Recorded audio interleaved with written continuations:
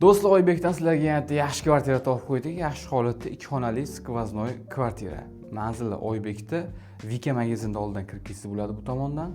Bu tomondan esa Logos maktabi ko'chasidan kirib kelsa bo'ladi. Ya'ni ikkita tarafdan kirib kelsa ham bo'ladi. O'rtada joylashgan, salqingina ko'rishingiz mumkin. Maktab bog'chaga ham yaqin 4-maktabga chiqib kelsangiz bo'ladi. Mashina qo'shishga joylari mavjud. Endi uyda holatini ko'ramiz. Bu birinchi xonasi, zal, ko'rishingiz mumkin. Holatlari yaxshi holatda, kirib yashashga tayyor. Gilam parda konditsionerlari qo'yilgan. Bu tomonda mana 3 metrli verandasi joylashgan.